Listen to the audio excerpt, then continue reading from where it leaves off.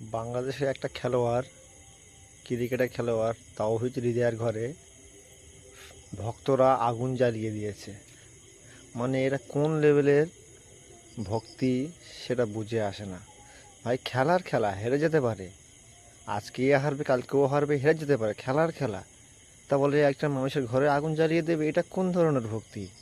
আজ না হয় কালকে জিতবে, এতে আবেগে হওয়ার কি আছে? খেলার খেলা মানুষ হারতে পারে, জিততে পারে। আজকে হেরেছো, কালকে জিতবে, ভরসা রাখো, আজ নয় কাল তোমরাও কোনো একটা কাপ পাবে।